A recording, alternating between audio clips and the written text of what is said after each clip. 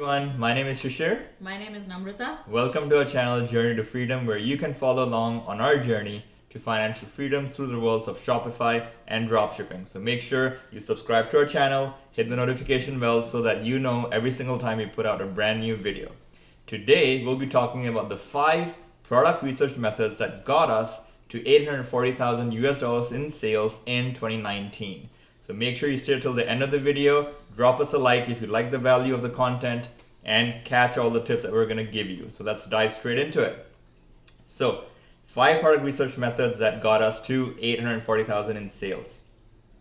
Here's what we're going to be covering. We're going to talk about the selection criteria that you need to look at to choose the products you want to test.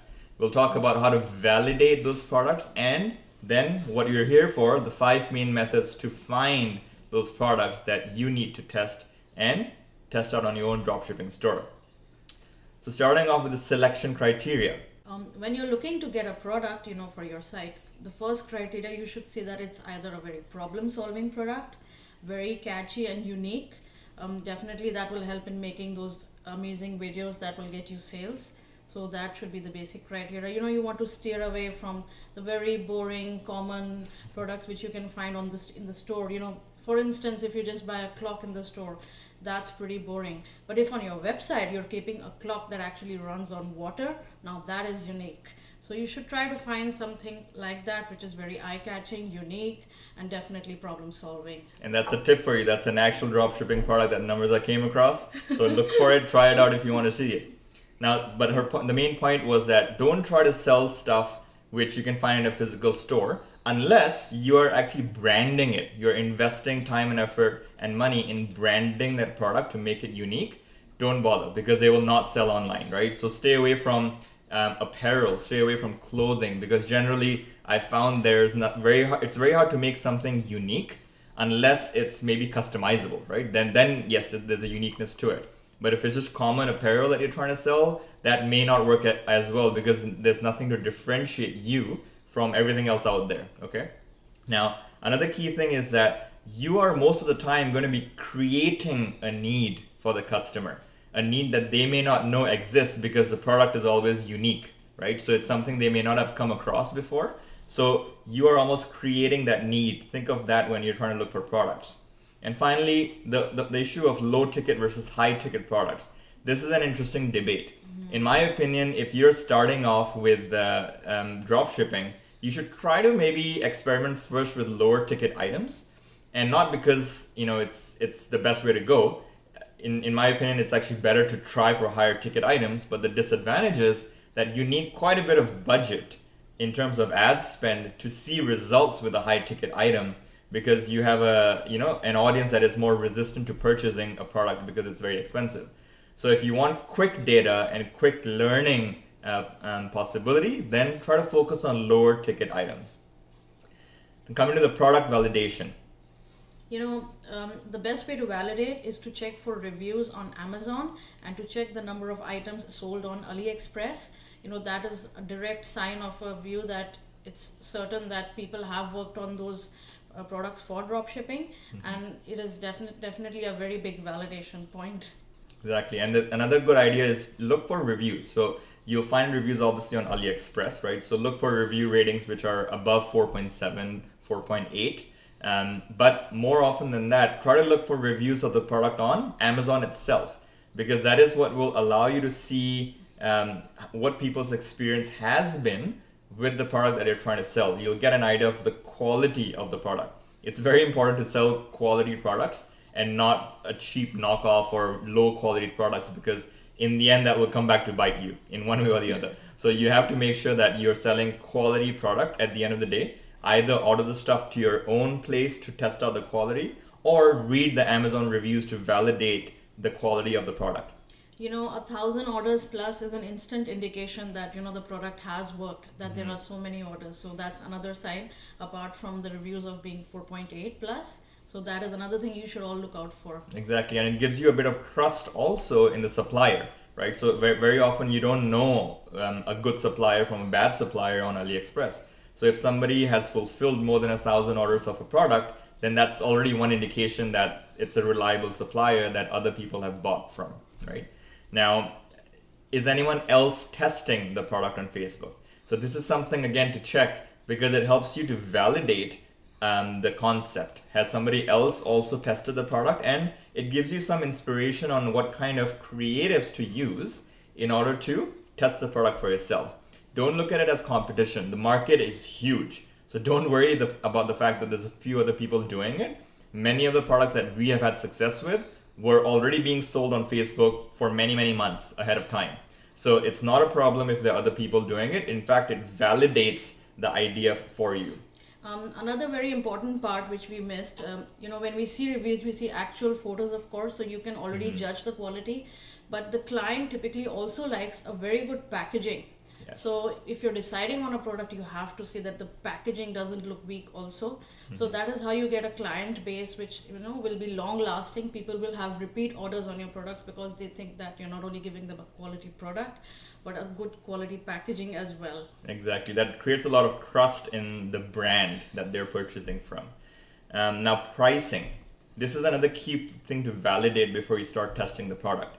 Can you sell the product at about 2.5 to 3 times the margin without the product looking overly expensive to the end consumer? So you have to think logically as a consumer yourself.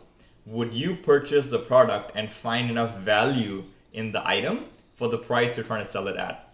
If you're trying to sell a very simple, widget or a simple cap, for example, and you're trying to sell it for $80 or $100 US, that may not be worth it for the end consumer. So even though the cost may be $30 for you from Aliexpress, and so you're pricing it at 3 times, but the end price of $90 is not enough value for the customer who may want to buy it. So do that sanity check before you actually start running ads to the product. Another key point here, last 2 points, is imagery. Is the product imagery good? So in the beginning, you want to use imagery that is from Aliexpress, of course. Later on, you want to get the product yourself and create your own imagery. But in those initial stages, you don't want to be using poor quality images from AliExpress because very often you'll have those Chinese characters, you'll have poor quality images. Either you clean those up yourself or you hire somebody on Fiverr to get it cleaned up for you, but you need to make sure the imagery is good. And lastly, the tip that we can offer you is use a website called Google Trends. And that's just trends.google.com, and try to type in the niche of the product that you're trying to test.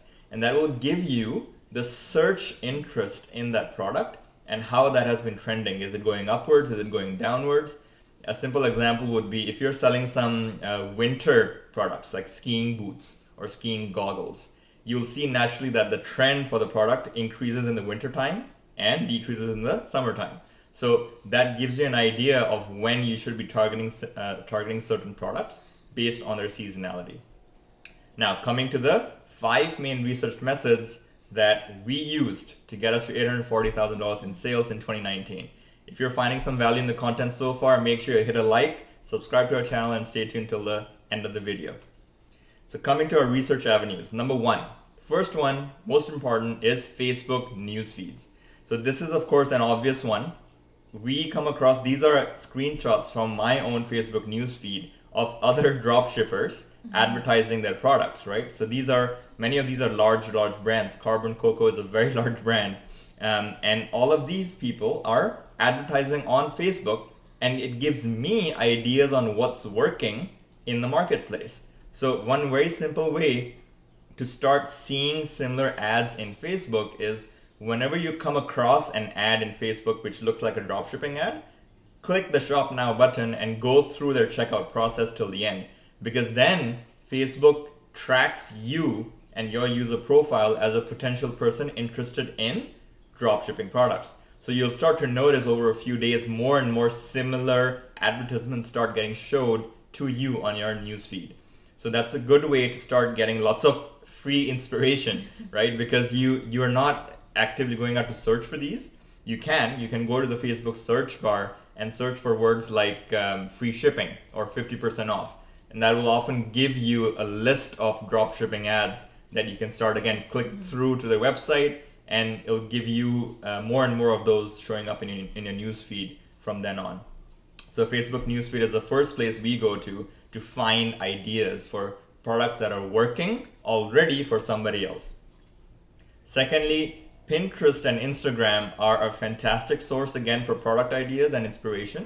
Pinterest and Instagram are much more visual platforms, and the main thing there is if you again search for the keywords of free shipping and discount percentages off, you'll come across dropshipping concepts. And on Pinterest, for example, whenever you click on a dropshipping ad, it recommends a whole bunch of dropshipping advertisements just below the ad that you clicked. So all of these are little ideas that you can use to find more dropshipping products. Third one is Aliexpress. Yeah. With Aliexpress, how I researched the products was, I would just scroll through the feeds, and whatever that was very eye-catching grabbed my attention. For example, say if you just saw sunglasses, I would just, scroll through that. But if I saw Snap-on sunglasses, definitely I would select that. And then, of course, I would filter by the number of orders. If you see on AliExpress and click on the best match button, you will see the number of orders the product that has got.